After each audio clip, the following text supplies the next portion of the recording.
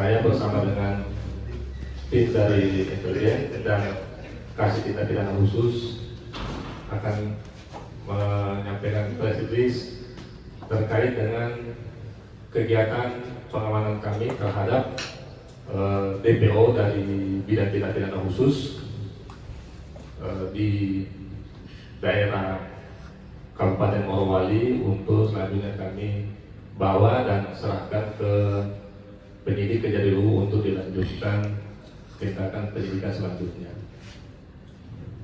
Jadi berawal dari adanya informasi yang kami terima terkait dengan nomor HP yang diduga digunakan oleh PPO atas nama Mardiono ini, kemudian kami melakukan komunikasi dengan tim Tabur Kejaksaan Tinggi Sulawesi Selatan dan tim AFC Kejaksaan Agung Republik Indonesia. Dari hasil koordinasi tersebut, kami kemudian menerima titik koordinat dari AFC, yang mana titik koordinat tersebut berada di daerah Desa Batuvian, Kecamatan Bahodopi, Kabupaten Morowali. Nah, berdasarkan titik tersebut, kami tim dari intelijen kemudian berangkat menuju ke lokasi. Setiba kami berangkat pada hari Selasa malam jam 10.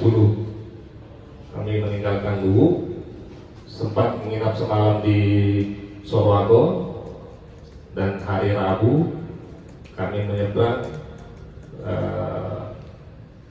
Danau Matanot pas jam 9.30 dan tiba di Kejari Morowali tepat pukul 17.00. Untuk selanjutnya kami melakukan koordinasi dengan tim Intel Kejari Morowali. Kebetulan pada saat itu juga datang juga tim dari Kejaksaan Intel Kejaksaan Tinggi Sulawesi Tengah. Nah, dari situ kami melakukan briefing kecil tepat pukul 10. Kami menuju ke lokasi di daerah Kecamatan Bahodopi. Pada malam itu kami menyisir lokasi kos-kosan yang merupakan titik koordinat yang sudah kami peroleh. Namun pada saat itu kami belum mendapatkan hasil. Selanjutnya keesokan harinya kami kembali lagi dan kami mendatangi perusahaan PT ini untuk berkoordinasi dengan tim HRD dan tim legal untuk mengecek apakah benar DPO atas nama Mardiono ini terdaftar sebagai pekerja di wilayah pertambangan tersebut. Dan pada saat dilakukan pengecekan berdasarkan nomor KTP, benar bahwa DPO atas nama Mardiono tersebut merupakan pekerja di wilayah pertambangan PT IMIP di bawah perusahaan penyalur tenaga kerja PT Morowali Pemakmur sebagai operator dump truck. Nah, pada saat itu DPO ini sedang melaksanakan aktivitasnya. Selanjutnya kami berkoordinasi juga dengan perusahaan penyalurnya dan kami sepakat untuk menunggu DPO ini selesai melaksanakan pekerjaannya. Jadi kami sepakat untuk menunggu di daerah area drop zone, sebuah area parkiran karyawan di dekat bandara. Saat mobil yang membawa karyawan, yang mana salah satunya DPO Mardiono ada di situ, kemudian kami langsung melakukan pengamanan dan membawa DPO Marjono ini kembali ke Luwu untuk kami serahkan ke bidang tindak pidana khusus untuk dilakukan proses lebih lanjut. Nah, terkait dengan proses selanjutnya mungkin nanti Pak Kasipicus yang bisa menjelaskan. Mungkin itu sedikit penjelasan dari saya terkait dengan proses pengamanan terhadap DPO Marjono ini, mulai dari kami mendapat informasi sampai DPO ini tiba di Kejati Luwu. Jadi terkait perkara yang dilakukan oleh saudara Marjono ini selaku mantan kepala desa Padang Kamburi, untuk posisi perkara pada bidang tindak pidana khusus Kejaksaan Negeri Luwu yang bersangkutan sejatinya sekitar bulan September 2022 seharusnya sudah diperiksa selaku tersangka dan siap untuk mungkin kedepannya untuk dilakukan pelimpahan ke pengadilan Tipikor pada Pengadilan Negeri Makassar. Namun pada sekitar bulan tersebut yang bersangkutan mangkir dari panggilan kami secara patut, kita sudah layangkan sebanyak 3 kali, namun yang bersangkutan tidak bisa hadir untuk memenuhi panggilan untuk diperiksa selaku tersangka. Oleh karena itu kami dari tim penyidik Kejaksaan Negeri Luwu bersurat kepada bidang intelijen dan menyampaikan bahwa kita menetapkan yang bersangkutan selaku DPO. Untuk teknis selanjutnya, karena yang bersangkutan berhasil diamankan oleh bidang intelijen Kejari Luwu dan dipimpin oleh Pak Kasintel sendiri langsung untuk menuju Kabupaten Morowali sehingga bisa dihadapkan pada kami untuk pemeriksaan selanjutnya. Jadi posisi sekarang setelah diserahkan kepada seksi bidang pidana khusus ini, bersangkutan langsung kita periksa selaku tersangka. Tadi sudah didampingi oleh penasihat hukum dari Posbakum Pengadilan Negeri Belopa ya tadi selanjutnya setelah diperiksa selaku tersangka, kemudian nanti kami dari tim penyidik akan melakukan pemberkasan untuk selanjutnya dilakukan pengiriman berkas tahap pertama dan untuk diteliti oleh jaksa peneliti apakah perkara ini layak atau tidak untuk disidangkan di Pengadilan Tipikor pada Pengadilan Negeri Makassar. Jadi setelah diteliti, baik nanti formil material yang sudah oleh jaksa peneliti itu dinyatakan lengkap atau P21, segera perkara ini akan segera kita limpahkan ke Pengadilan Tipikor. Untuk menyikapi keadaan yang bersangkutan melarikan diri dalam arti tidak kooperatif di sini, pimpinan kami telah melakukan penahanan untuk terhadap yang bersangkutan. Jadi terhitung hari ini kita melakukan penahanan sehingga perkara ini bisa segera langsung diberkas dan tanpa kendala apapun bisa segera dilimpahkan ke Pengadilan Tipikor. Karena jujur saja dari tim penyidik terhambat perkara ini karena yang bersangkutan tidak kooperatif. Sehingga ke depan karena yang bersangkutan telah dikeluarkan surat perintah penahanan, mudah-mudahan perkara ini akan segera dilimpahkan dan cepat selesai dan tuntas dan ada kepastian hukum serta mendapat putusan pengadilan tetap atau inkrah. Jadi seperti itu proses yang kami lakukan. Kami sudah lakukan pemeriksaan selaku tersangka dan kemudian kita lakukan tahap pemberkasan untuk segera dilimpahkan. Jadi seperti itu. Terima kasih. Saya kembalikan kepada Pak. Jadi saya menjawab pertanyaan langsung ya. Jadi Pak Saudara Marjono ini mantan Kepala Desa Padang Kamburi.